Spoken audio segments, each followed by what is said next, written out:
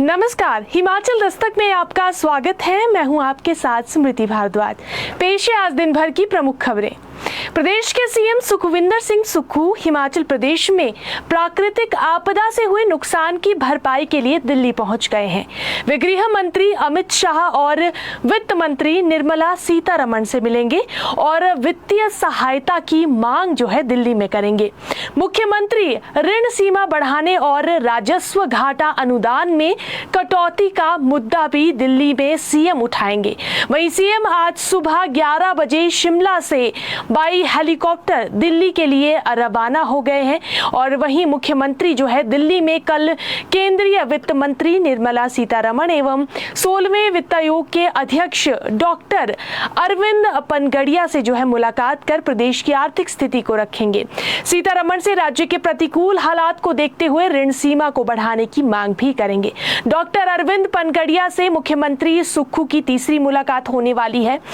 इससे पहले जो है वित्त आयोग के हिमाचल दौरे पर पहली मुलाकात हुई थी और इसके बाद मुख्यमंत्री दिल्ली में दूसरी बार मिल चुके हैं और अब तीसरी बार मिलकर जो है राजस्व घाटा अनुदान राशि में हुई कटौती का मामला जो है फिर से उठाएंगे। वहीं हिमाचल प्रदेश में सुक्खू सरकार स्कूलों के बाद अब कॉलेजों को बंद करने की तैयारी में है।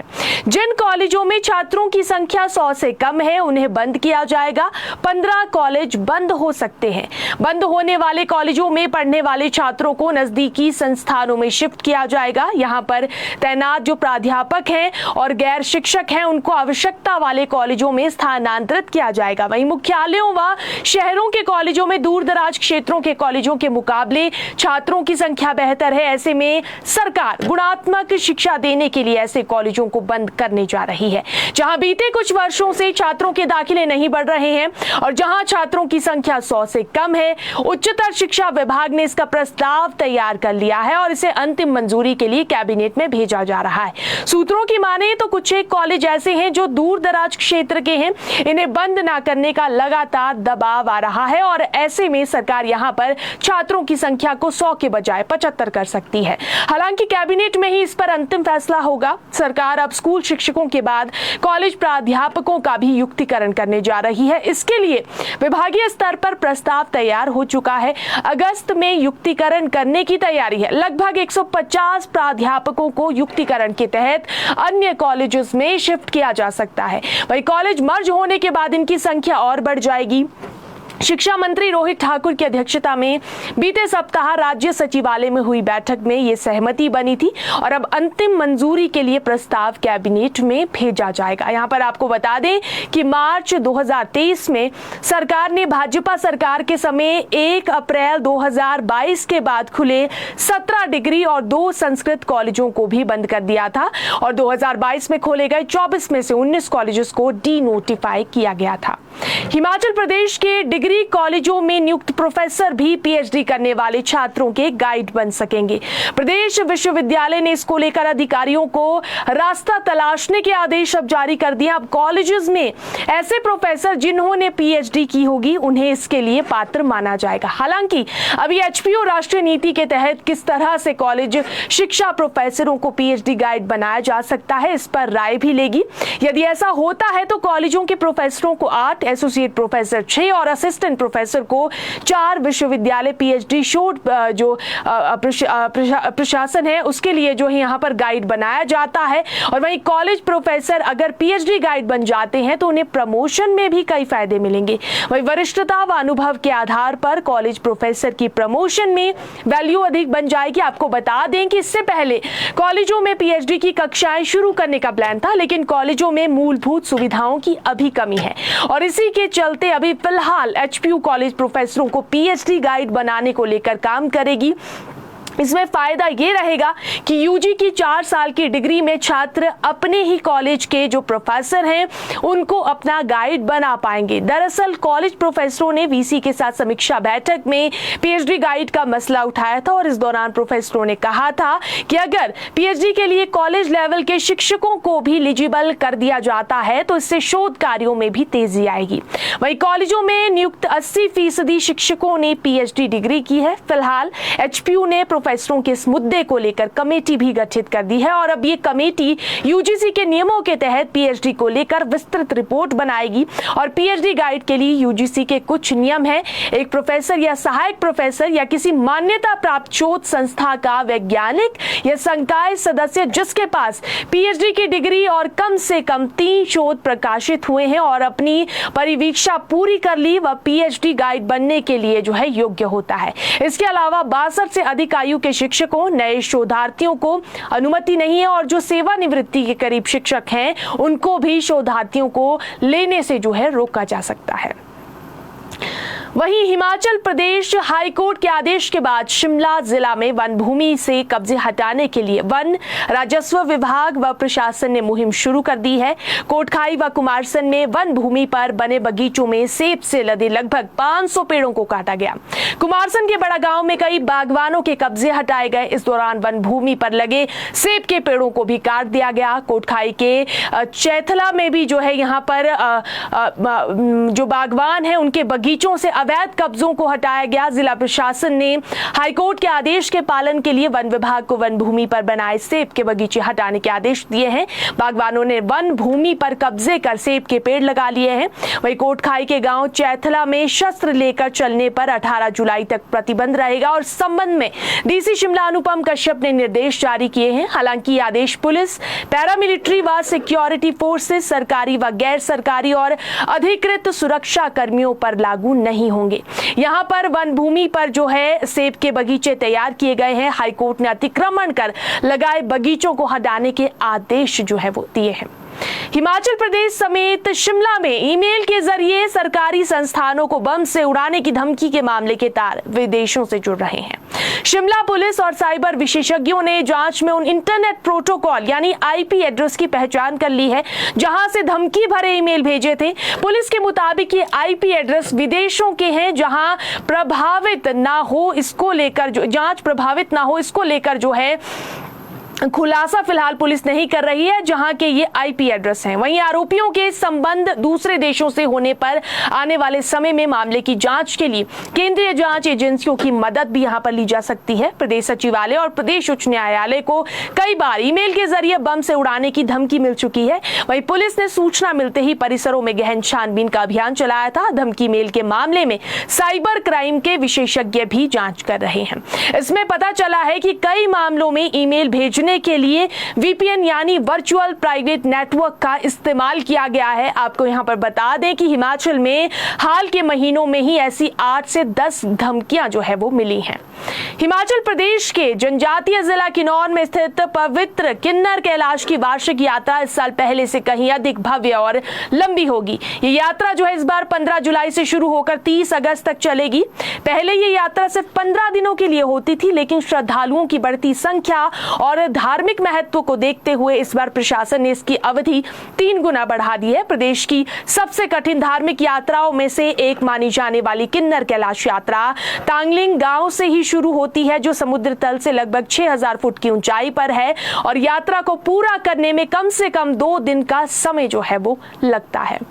मंडी जिला में शनिवार रात एक बड़ा रेस्क्यू ऑपरेशन चलाया गया, जिसमें सदर पुलिस थाना और एसडीआरएफ की टीम ने मिलकर 4 भटके हुए लोगों को 4 मील के घने जंगल से सुरक्षित बाहर निकाला। ये सभी लोग जो है पंजाब के पर्यटक थे और यहाँ पर जो है सड़क बंद होने के बाद पगडंडी के रास्ते से जाने के लिए जो है आगे बढ़ गए थे, लेकिन रास्ता भटकने के बाद जंगल में लगभग 6 घंटे तक फंसे रहे। ये घटना शनिवार रात करीब 10 बजे की है, जब 4 मील के पास सड़क बंद होने के कारण पंजाब से आए कुछ पर्यटकों ने पैदल ही दूसरी ओर जाने का फैसला लिया। उन्होंने एक पगडंडी का सहारा लिया, लेकिन कुछ दूरी तय करने के बाद वे रास्ता भटक गए और खुद को घने जंगल में फंसा पाया। डर और घबराहट में एक पर्यटक ने सदर थाना मंडी को फोन कर जो है मदद मांगी। शिमला में नेरवा से करीब 15 किलोमीटर दूर नेरवा फेडीज पुल मार्ग पर टंडोरी एवं बथाल के बीच एक सड़क हादसा पेश आया है। यहाँ पर शनिवार देर रात एक गाड़ी शालवी नदी में गिर गई। इस हादसे में 2 लोगों की मौत हो गई, जबकि एक 10 वर्षीय बच्चा लापता है। बच्चे की तलाश के लिए पुलिस और स्थानीय लोगों की ओर से सर्च अभियान चलाया गया है, लेकिन अभी तक उसका कोई पता फिलहाल नहीं चल पाया है। बच्चे के नदी के तेज बहाव में बहने की आशंका जताई जा रही है। ये लोग नेरवा में एक सत्संग में भाग लेने के लिए पहुंचे हुए थे। कार में कुल 4 लोग थे और एक बच्चा सवार था। चारों को यहां से नेरवा अस्पताल पहुंचाया गया, जबकि बच्चे का कोई पता नहीं चल पाया है। नेरवा अस्पताल में 2 लोगों ने दम तोड़ दिया और जबकि 2 लोग जो है यहाँ पर घायल हो गए। इसमें आपको बता दें कि बलविंदर पत्नी हरबंस लाल, केशव कुमार पुत्र नरेंद्र कुमार जो है इसमें शामिल है। बिलासपुर के भराड़ी की डंगार पंचायत के रोपड़ी गांव में सांप के काटने से 14 साल की लड़की की मौत हो गई। रोपड़ी गांव की पलक शनिवार रात 11 बजे तक माता पिता के साथ बैठकर स्कूल का काम कर रही थी। इसके बाद वो सोने के लिए अपनी दादी के पास चली गई। रात करीब 2 बजे पलक का गला बंद होने लगा, उसे सांस लेने में दिक्कत आने लगी। उसने जो है साथ सो रही दादी को बताया, घर के अन्य सदस्यों को भी जो है उठाया गया। वहीं पलक की टांग में सांप के काटने का निशान पाया गया। परिजनों से घुमारवीं अस्पताल ले गए, वहां चिकित्सक ने पलक को मृत घोषित कर दिया। बच्चे की मौत से पूरे क्षेत्र में शोक की लहर है। हिमाचल प्रदेश में मॉनसून अभी तक लोगों को जख्म दे रहा है। प्रदेश में मॉनसून में विभिन्न हादसों में अभी तक 95 लोगों की मौत हो चुकी है, जबकि 33 अभी भी लापता है। लापता लोगों की तलाश में राहत व बचाव कर्मी दिन रात जुटे हुए हैं, लेकिन अभी तक किसी का भी कोई सुराग हाथ नहीं लग पाया है। सिराज विधानसभा क्षेत्र में सबसे ज्यादा लोग लापता हैं, जहां पर अपनों की तलाश की जा रही है। बादल फटने के बाद यहां पर आई तबाही से अभी तक लोग उबर नहीं पाए हैं। राज्य आपदा प्रबंधन की ओर से जारी बुलेटिन के मुताबिक प्रदेश में अभी तक 787 से ज्यादा पेयजल परियोजनाएं प्रभावित है। योजनाओं के प्रभावित होने से लोगों को पानी की समस्या का सामना करना पड़ रहा है। सिराज में अभी भी कई जगह ऐसी हैं जहां पर लोगों को पीने के लिए साफ पानी नहीं मिल रहा है। इसके अलावा अभी सैकड़ों गांव अंधेरे में हैं। 76 ट्रांसफार्मर पूरी तरह से ठप पड़े हुए हैं। बिजली बोर्ड के कर्मी दिन रात इन्हें बहाल करने में जुटे हुए हैं। लगातार हो रही बारिश काम को भी प्रभावित कर रही है। वहीं बोर्ड स्थायी तो अस्थायी तौर पर जो है यहाँ पर इन्हें बहाल कर रहा है, ताकि कई दिनों से अंधेरे में डूबे क्षेत्रों को जो है वो रोशन किया जा सके। वहीं राज्य में 227 सड़कें अभी भी ठप पड़ी हुई हैं, जिसमें NH-22 भी शामिल है। यहाँ पर वाहनों की आवाजाही पूरी तरह से प्रभावित हो गई है। लगातार हो रही बारिश से सड़कों को यातायात के लिए खोलना मुश्किल हो रहा है। लोक निर्माण विभाग की जो मशीनरियां हैं वो दिन रात सड़कों को बहाल करने में जुटी हुई हैं। हिमाचल में आई आपदा के बाद जनजीवन को सामान्य होने में अभी और समय लगेगा। 20 जून से अब तक हिमाचल में बादल फटने की 22 और फ्लैश फ्लड की 31 और लैंडस्लाइड की 18 घटनाएं दर्ज हो चुकी है। इन आपदाओं से राज्य को अब तक लगभग 751 करोड़ की संपत्ति का नुकसान हुआ है।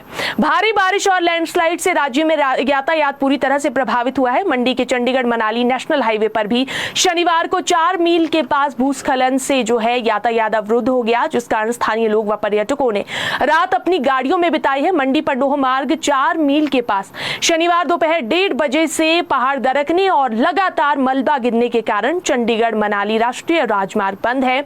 इस कारण सैकड़ों वाहन दोनों ओर फंसे हुए हैं। लोगों को भारी असुविधा हो रही है। मंडी जिला में इस वक्त भी कुदरत का कहर जारी है।